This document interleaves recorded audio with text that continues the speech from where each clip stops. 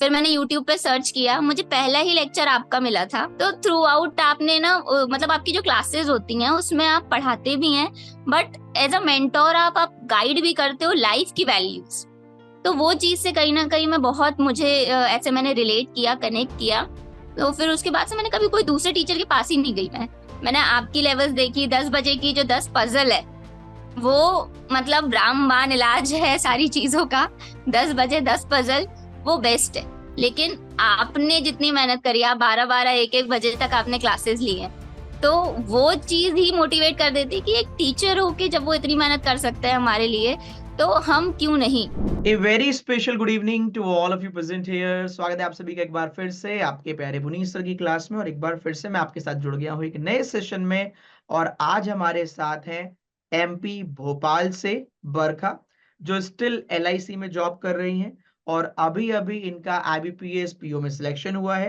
तो बिना किसी देरी के चलते हैं सीधा बरखा के पास। तो सबसे पहले तो बरखा, कॉन्ग्रेचुलेशन और God bless thank you you. आपके आगे आने वाले समय के लिए, आगे आने वाले फ्यूचर के लिए। कैसा लग रहा है ये बताइए सबसे पहले तो। सर बहुत अच्छा लग रहा है, बहुत बहुत अच्छा लग रहा है। I cannot explain it in words कि मतलब वो रहता है ना, मेहनत का फल देरी से ही सही पर मिलता है, वैसा लग रहा है कि हाँ फल मिला है। तो वो बहुत अच्छा लग रहा है। बहुत बढ़िया। तो ये बताइए आपकी कैसे रही जर्नी, स्टार्टिंग कब किया और अब कैसा है, और स्टार्टिंग की बरखा में और आज की बरखा में क्या आपको डिफरेंस नजर आ रहा है। सर जर्नी मैंने स्टार्ट की थी 2019 से। 2019 से पर मैं जॉब भी करती थी फाइनेंशियल कंडीशंस की वजह से, फैमिली को सपोर्ट करने के लिए। तो 2019 से 22 तक मैंने जॉब करने के साथ साथ ही एग्जाम दिए थे। तो प्री निकल जाते थे, पहले साल में प्री नहीं निकलते थे। प्री निकलने के मतलब बड़ा मार्जिन रहता था 8 10 मार्क्स का। फिर सेकेंड ईयर में आई, मतलब 20 में निकला, एग्जाम निकला। प्री भी बहुत अच्छे से निकल गए, पर मेंस नहीं निकल पाए। क्योंकि जॉब करती थी, 10 आवर्स अप्रोक्स हो जाते थे, 10 to 11 आवर्स, 9 to 8, 9 to 9 ऐसे हो जाता था ट्रैवलिंग इंक्लूड करके। तो जितना टाइम मिलता था उसमें प्रिपरेशन करती थी, सुबह 2 घंटे, शाम को 2 घंटे ऐसे करके। फिर मेंस में छोटा छोटा मार्जिन रह गया। फिर एक्चुअली सर, मेरा फियांसे है, उसका नाम प्रिंस यादव है। Actually he had motivated me कि तुम जॉब छोड़ दो, जॉब छोड़ के प्रिपरेशन करो, फोकस रह के प्रिपरेशन करो। अगर एक बार जॉब छोड़ के तुमने प्रिपरेशन कर ली पूरे फोकस के साथ, तो एक दिन लगेगा बस, उस एक दिन में सारी चीजें चेंज हो जाएगी। एक दिन बिल्कुल। रिजल्ट आएगा और अगले दिन से सारी प्रॉब्लम खत्म हो जाएंगी, सारी फाइनेंशियल चीजें दूर हो जाएंगी। Very good. तो फिर मैंने जॉब छोड़ी 2022 में, उसके कहने पे कि ठीक है मैं छोड़ रही हूँ, देख लेना। तो फिर 2022 में जॉब छोड़ी। फिर 23 में मेरा सिलेक्शन हुआ LIC ADO में। जुलाई से मैंने ज्वाइन करा LIC ADO। फिर उसके बाद मैंने प्रिपरेशन अपनी कंटिन्यू रखी, क्योंकि मुझे पता था कि मुझे PO बनना है। जो सपना मैंने देखा था, या जो सपना हमने साथ में देखा था, PO बनना है। तो PO बनने के लिए मैंने प्रिपरेशन करी, वहां पे भी जॉब करी। लेकिन ये जॉब मिलने के बाद मेरा कॉन्फिडेंस थोड़ा सा इंक्रीज हुआ कि हाँ, कि मैं अगर एक जॉब लगा सकती हूँ, एक एग्जाम क्रैक कर सकती हूँ, तो मेरे अंदर कुछ तो बात है। तो बिल्कुल। इसी चीज को वेस्ट ना करते हुए, मतलब इसको ईगो ना लेते हुए, प्राइड ना लेते हुए, खुद पे और मेहनत करके, तो उसमें भी टाइम मैनेजमेंट करके। और थैंकफुली मेरे जो अभी जहाँ मैं प्लेस्ड हूँ, वहाँ पे मेरे ब्रांच मैनेजर्स, मेरे कोलीग्स बहुत अच्छे, बहुत सपोर्टिव है। तो मुझे प्रिपरेशन का भी टाइम मिल गया, वहां पे भी काम भी किया, प्रिपरेशन भी करी। और फिर आज IBPS PO, अरे वाह, बहुत बैंक ऑफ अच्छे। बड़ौदा। जैसे हम होते हैं ना वैसे हमें लोग मिलने शुरू हो जाते हैं। तो पहले तो कॉन्ग्रेचुलेशन है फिर से आपको कि आप मेहनत कर रहे थैंक थे यू सो मच। 2019 से, अपनी फैमिली को सपोर्ट कर रहे थे। फिर आपको ऐसे सपोर्ट करने वाले लोग मिले जिन्होंने आपको मोटिवेट किया, और आज आप इस मुकाम पर बिल्कुल। पहुंचे, और आप जो चाह रहे थे पीओ बनना वो भी आपने फाइनली अचीव कर लिया है। तो जी अब सर। मैं जानना चाहूंगा कि आपकी जर्नी में जो सब्जेक्ट्स का रोल रहा वो आपने कैसे तैयारी की। तो सबसे पहले मुझे रीजनिंग का बताओ कि रीजनिंग आपने कैसे तैयारी की। इजी लगता था कि टफ लगता था, फिर कैसे चीजों को ओवरकम किया, उसके बारे में बताइए। सर रीजनिंग मुझे इजी लगता था कंपैरेटिवली मैथ्स के, और मुझे मजा आता था पजल सॉल्व करने में। तो मेरा फेवरेट सब्जेक्ट जो है वो रीजनिंग ही है। मतलब मैंने पहले प्रिपरेशन जब स्टार्ट करी थी, मैंने फॉलो नहीं किया था किसी भी टीचर को। मैंने फिर खुद से बुक्स वगैरह से प्रैक्टिस करी, तो मुझे अच्छा लगता था, तो मैं रीजनिंग ही पढ़ती रहती थी। फिर उसके बाद मुझे रियलाइज हुआ कि नहीं, सिर्फ बेसिक प्री वी क्लियर हो गए, मेंस के लिए थोड़ा लेवल इंक्रीज करना पड़ेगा। फिर मैंने यूट्यूब पे सर्च किया, मुझे पहला ही लेक्चर आपका मिला था, वो टॉप पे आप ही का लेक्चर आता है सर। मैंने देखा, तो थ्रू आउट आपने ना मतलब आपकी जो क्लासेस होती हैं उसमें आप पढ़ाते भी हैं, बट एज अ मेंटोर आप गाइड भी करते हो लाइफ की वैल्यूज। तो वो चीज से कहीं ना कहीं मैं बहुत, मुझे ऐसे मैंने रिलेट किया, कनेक्ट किया। तो फिर उसके बाद से मैंने कभी कोई दूसरे टीचर के पास ही नहीं गई मैंने आपकी लेवल्स देखी, 10 बजे की जो 10 पजल है, वो मतलब रामबाण इलाज है सारी चीजों का।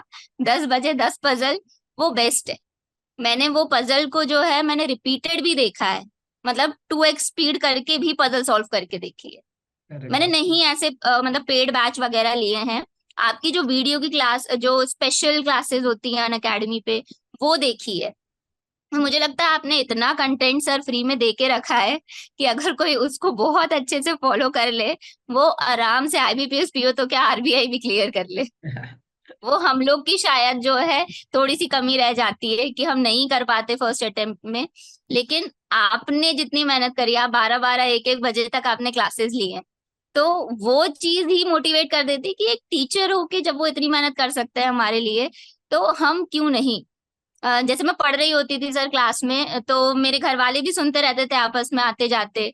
तो आप एक दिन क्लास में किसी बच्चे को डांट रहे थे, तो फिर उन्होंने सुना तो उनको बहुत अच्छा लगा कि घर पे कि कितने अच्छे टीचर हैं। मतलब सिर्फ ऐसा नहीं है कि आज के टाइम में कोई देखता ही नहीं है, टीचर देख भी रहे हैं, डांट भी रहे हैं, सिखा भी रहे हैं, पढ़ा भी रहे हैं।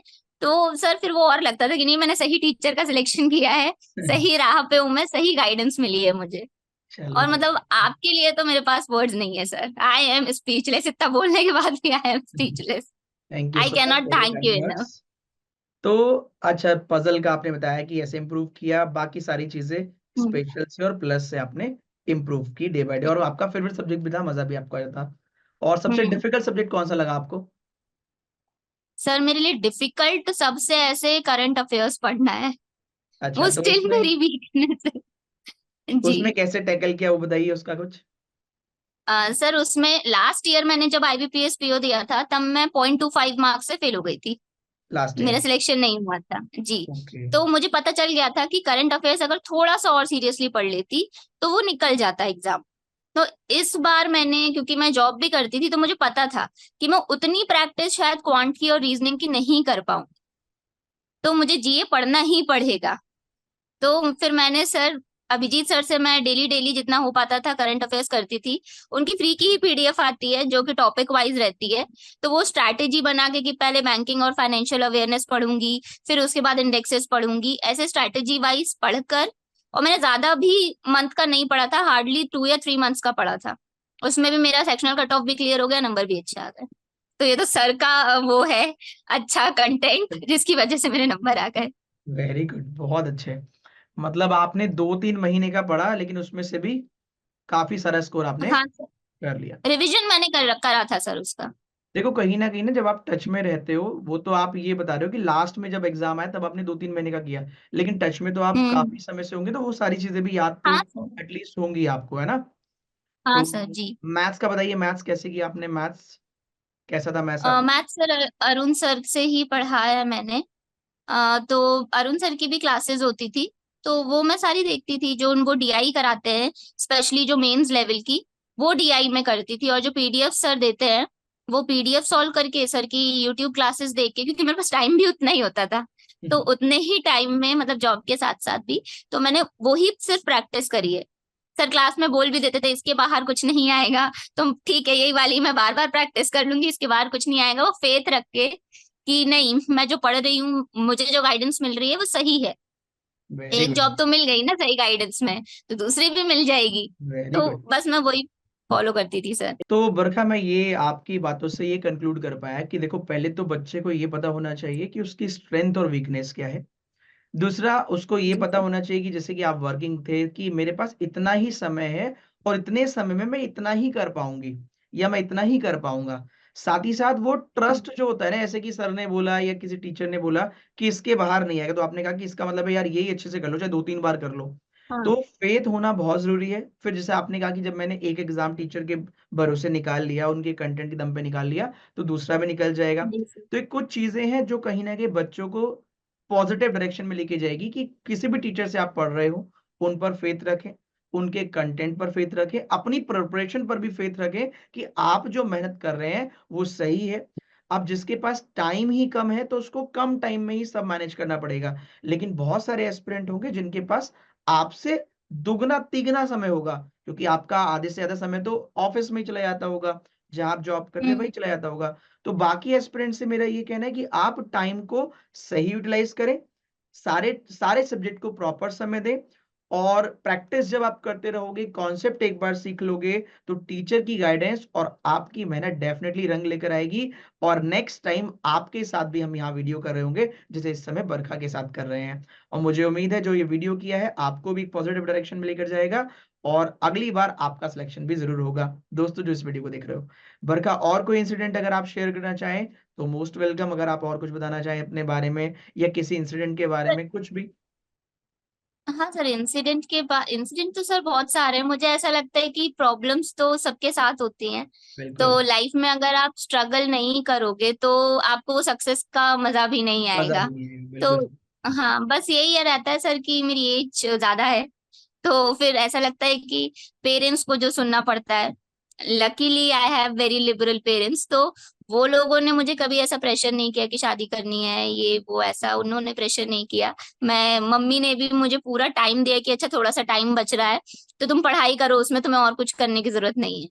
तो ये मेरे साथ बहुत अच्छा सपोर्टिव चीजें हैं, मतलब मेरे पेरेंट्स सपोर्टिव है, एवरीवन इज सपोर्टिव।